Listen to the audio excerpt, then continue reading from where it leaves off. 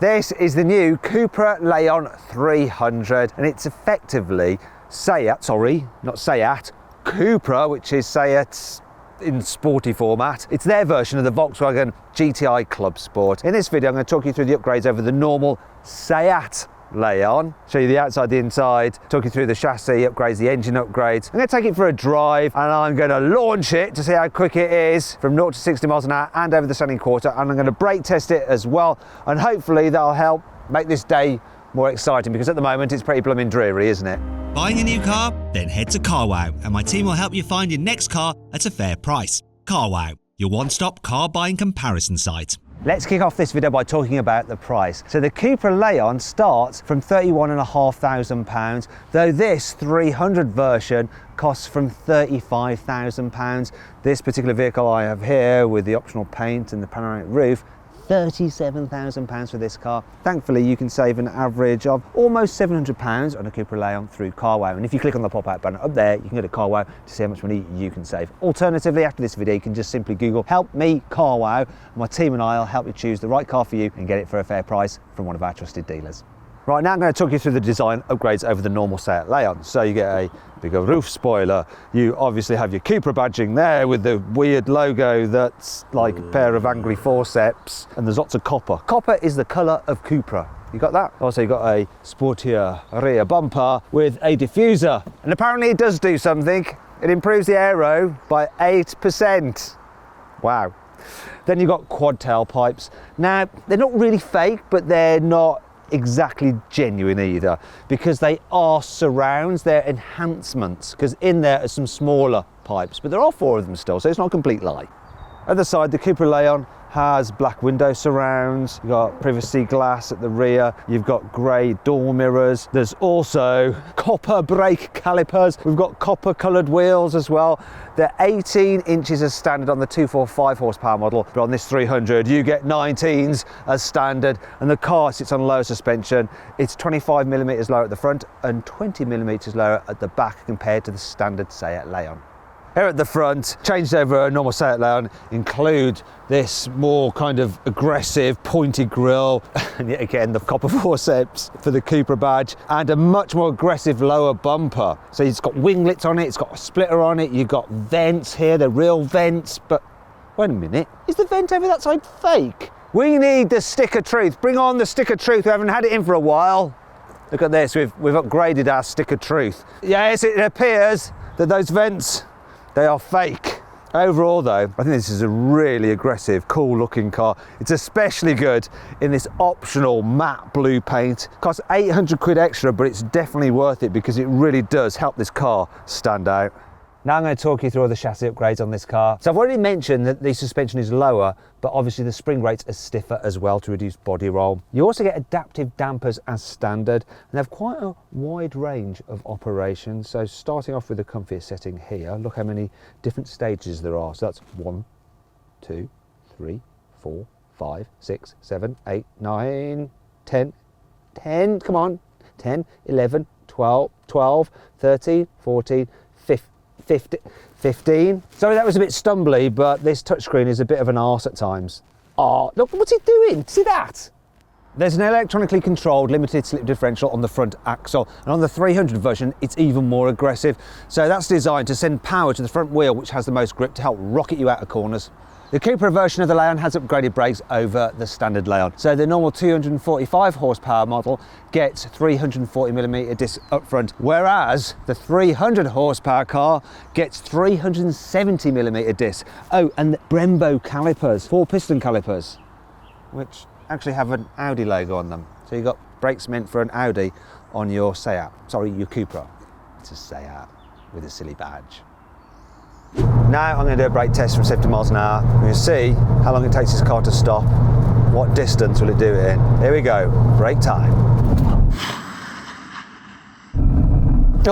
What does the specialist timing gear say? Okay, so it's stopped from 70 miles an hour in 45 metres, which is about average for these kind of cars. Not terrible, but not brilliant. But of course, the track is wet. So actually, I reckon if it wasn't wet, we'd have a bit less ABS and we'd have probably done maybe a 43 metres, which would have been fantastic. Those 2 meters can make all the difference, you know. That's why you should not drive quite so quickly when it's raining. Okay, folks? Safety warning there from Carwow. Thanks for listening. This car is available with 3 engine choices. So there's a 1.4 turbo petrol plus an electric motor, so a plug-in hybrid, and that has 245 horsepower. Or there's the normal 2-litre turbo petrol, which has 245 horsepower, or there's this 300, which is also a 2-litre turbo petrol, but as the name suggests, it has 300 horsepower and 400 newton meters of torque. And it drives the front wheels via a 7-speed automatic gearbox with dual clutches and launch control, and I'll launch it in a bit. Before I launch this car, I'm going to talk you through the interior upgrades over the standard Seat Leon. So you have a leather sports steering wheel with a flat bottom, the Cupra logo, and lots of copper everywhere. So it's copper, copper, copper, Copacabana, the hottest hotspot north of Havana. Embarrassing. Though this copper does help lift this cabin. So the normal Seat Leon's cabin is pretty nice in terms of the design, but it is a bit dull. And these accents just really help it, as does the stitching here and the stitching on the seats. Speaking of which, these sporty seats are quite nice. They've got big side supports there to stop you flailing around when you're hooning around the corners, yet they're still quite comfy to sit in. Some other things you get on this car are Cupra floor mats, which look kind of cool, though I'm not so sure about the carbon fibre stitching on them. It's a bit weird. There's Cupra on the kick plates, and you get some aluminium pedals as well. But that is about it. Oh, apart from the Cupra graphics you get on the digital dials and on the infotainment system as well. Speaking of which, the infotainment system, same you get in the Golf, which means that it's a bit of a fiddle. The interface is slightly different, but it's the same thing working away beneath it. And you have the horrible blooming temperature controls here as well, which are a sliding dial, which you can't see when it's dark because they're not backlit. Not a big fan of this infotainment system, if I'm brutally honest. It's a little bit. Here in the back, you get a similar design on the seats as in the front, and yet again the leather. And look, more copper. You also get the Cupra floor mats with even more fake carbon fibre on them. I'm not really sure about that. What I am sure about is the fact that, look, headroom's really good here, knee room's really good. In fact, it's slightly bigger in the back than the equivalent Golf GTI, which is a good thing. The final element of practicality, the boot. I like the way that the badge is also the boot release. It's nice. Capacity is 380 litres, so it's fairly decent. Problem is, that's actually 1 litre less than you can carry in a VW Golf GTI. 1 litre. Imagine if you just needed to have 381 litres and you had this car. You'd be really cross, wouldn't you? Seriously though, one thing that is not quite as good as the Golf is the fact that you can't get an adjustable false floor. So when you fold down these rear seats, if I can get to them, you end up with a bit of a ridge. Look, go on, go down. Look, can you see that? Ridge. Yeah, and that brings me on to 5 annoying things about the new Cupra Leon. You can't get this car with a manual gearbox, which for a supposed driver's car is a bit disappointing, really. There are a couple of things that bother me about this car underneath the bonnet. The first is the fact that for something that costs £37,000, I'd like gas struts to hold it up, rather than one of these things. Also, they haven't tried this engine cover, no logo or anything. This is just super boring. And then there's the fact that if you get the estate version of this car, it is available with 4-wheel drive, and it gets an extra 10 horsepower, so 310 horsepower. Why can't you get it with a hatchback? It's so that people still buy the VW Golf R, because if this was available with 4-wheel drive as a hatchback and with 310 horsepower, you just have this instead. The integrated headrests of the front seats really do block your view if you're sat in the back, which can be a bit annoying if you're someone like me who suffers a little bit from car sickness and you need to be able to see where you're going. Also, these cutouts here do look cool, but if you've got kids in the back and they're bored, they might just entertain themselves by jabbing you in the neck like that. These large wheels are quite easy to curb because they sit relatively proud to the tyre, and because you've got this copper coating on them, you really do notice it if you curb them. I mean, look at the mess that this wheel is in. Now, that wasn't me, it was the journalist that had it before me, but it really does stand out. That's horrible. These aluminium pedals do look cool, but because the edges are quite aluminium-y and there's not much rubber on the edge, if you go to suddenly hit the brake and you don't connect dead square, you can just slide off when you've got wet feet because it's raining outside, like today. See that? Not good. Thankfully, this car has plenty of cool features to help make up for all this. Here's 5. I like the way you got the starter button on the steering wheel and the driving mode select here as well. So you can be driving along and you can change driving mode like that, dead easy, without having to take your eye off the road. Also, You've got a stability control off button here, which is easy to get to, so you can quickly dab that if you want to go into like the sporty handling mode, and you need to have that disengaged slightly if you are going to engage launch control. Engage, disengage, and you get the idea.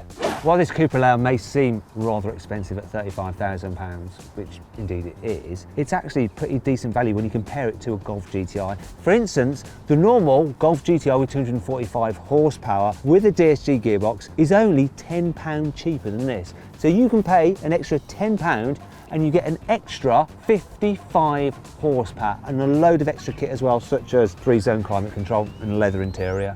The 300 model comes with grippy Bridgestone Potenza S5. Is that S5s or is that, I don't know. Anyway, these branded tyres, they're grippy, they're good for track days and stuff like that. And look, oh, they're made in Poland. Cześć. Yes to Matthew, odd bit. These seats may be sporty, but they're also quite practical because look, you've got ISOFIX anchor points here, so you can actually mount a child seat here in the front as well as in the back. A fun car that's family friendly. Cupra's engineers took a Golf GTI Clubsport and then they basically finessed every parameter, like the electronics such as the throttle response, the stability control, the steering geometry, all those kind of things, and just tweaked them ever so slightly to make the car just that little bit better, that little bit sharper. It's a little bit how these editors who edit these videos that you enjoy take my raw footage, which is all right, and then they finesse it to make it sharper, snappier, more engaging. Okay, let's see what this car is like to drive. I'm going to start off in comfort mode. It's not bad. Comfort mode is reasonably comfortable. There is of course still a firmish edge to the suspension because you're in a sporty motor with big wheels, but it's not bad at all. Deals with bumps okay. Much better than you might expect from a car with such sporty capabilities. So as a daily, you're going to be fine in it. You do notice a bit of noise from the road because of those big tyres, and I don't think the sound insulation inside this car is just quite as good as in the equivalent Golf, so they're a little bit more relaxing on the motorway. It's not that big a deal. Let's see how this thing responds when I put my foot down. Let's go to 50. I mean, normal comfort mode, automatic. There we go. A wee moment and then it's off. And it's off pretty good. I'm going to flip it into sports mode. If I was on a twisty road, that's probably what I'd go for because you've got a halfway house in terms of your steering weight, your throttle response, your gearbox response, and the adaptive suspension fitted to this car. So it's actually quite a good medium. Though of course you can just set up the car exactly as you want it, so you could have comfort for the suspension and then the most extreme sporty setting for all the other parameters. But I'm going to put it into Cupra mode now, which is the hardcore, most focused version of the car, and now the suspension is quite bouncy. This is what you're going to be doing on track. This is how you will have it, and it feels fully hooked up. It really has a race car feel to it. The way it's slightly bouncy, but you feel it like gripping as well at the same time. It is impressive. Now I'm going manual mode for the gearbox, so I'm taking control. Changes up very fast. Let's check it on the downshift. Bit slow on the downshift, it's a bit more mushy on the change down, but still generally it's very quick. When you've got the suspension in the firmest setting, this car feels flat in the corners, it really does. The steering's really good and direct. When you first start turning, it does respond. It doesn't have quite the finesse of the steering in a Honda Civic Type R. Now if you click on the pop-out banner up there, you can watch my full in-depth video review of that car, and I think this is just a little bit back from the Civic Type R in terms of outright driver fun and especially performance on track. That's a little bit better, but it's close. It's really close. And the front diff, you can really feel it hooking to haul you out of a corner. It really does. You can feel it biting away and just putting the power down very, very well. This feels like quite a thing. They've done a good job with this. I've actually driven the VW Golf Clubsport and I prefer this. It feels a little bit more planted. The Clubsport's a bit more agile, whereas this is a bit more like, right, I'm just going to put in some good lap times, and it feels like it would deliver. This Cupra Leon is supposed to do 0 to 60 in 5.7 seconds. I'm going to launch it. It's raining. Wet track. What's it going to do? So I've got it in Cupra mode, I've got the stability control in sports mode. Now I can launch it, left foot on the brake, floor the throttle, here we go. It's just spinning up its wheels. Now it's on it, and it's still spinning in second and hopping. Let's continue for the quarter mile. 5.53 to 60. Imagine if it put its power down. Then 13.72 for the quarter mile on a wet track. And they're claiming 5.7 seconds. This will do 5 seconds on a good dry track easily to 60. Definitely will. That is better than I thought. This engine is strong. I just wish it sounded better. It's like